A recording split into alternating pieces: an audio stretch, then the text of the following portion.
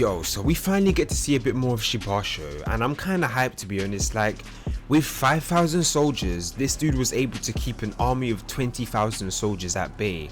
And that panel of his reveal, like him just chilling there in the middle of all that carnage, you got blood and cut off heads just flying everywhere. Like, this dude looks like he's been sent there by death himself. I feel like he's gonna have that same disease as Hoken and Roboku. Like, no matter where he goes, his hair and cape is always gonna be flowing in the wind. And it's crazy how someone so strong, someone worthy of the title Three Great Heavens, is so lazy. Like, he will never make a move or do anything unless it's his hometown that's being attacked. And that was definitely shown here. Like, the very moment the Yarn army decided to retreat, he just went straight back to Seika again.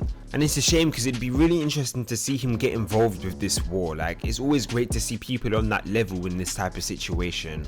And plus, Roboku's gonna need everyone that he can get because he's going up against 3 monster commanders combined into one army. But I gotta mention how amazing it is that Roboku managed to turn that situation in their favor. Like, Yarn attacked them, yet Za was the one that ended up taking control of 2 cities. Like, that must have been embarrassing as fuck for Yarn. Like, to be the one on the attack, yet you're the one that ends up losing territory.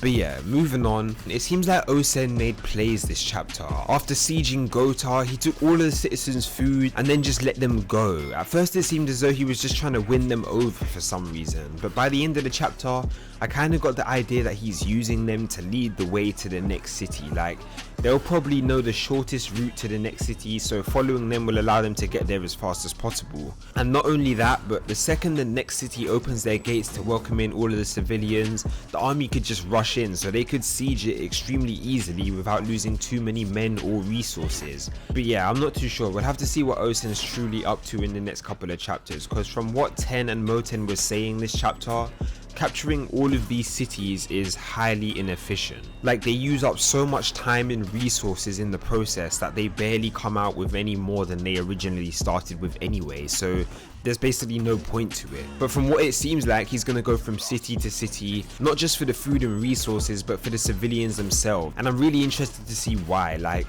could you imagine if he took down all of the neighboring cities so that the only place left for them to seek refuge is Gyo itself? Like, that would be one way for them to get Gyo to lower its defenses. It would even be a way for them to get over Gyo's moat, seeing as they would have to lower the bridge to let the citizens in anyway. Basically paving the way for Osen and his army. I'm pretty sure that would take quite a while for them to pull off, like traveling from city to city just sieging it. And if there were just suddenly a bunch of civilians at Gyo's gate requesting access, I'm sure Roboku would see that infiltration coming from a mile away. Like even if Osen was to go from city to city leaving just the civilians alive, I'm sure Roboku would see something fishy about that instantly.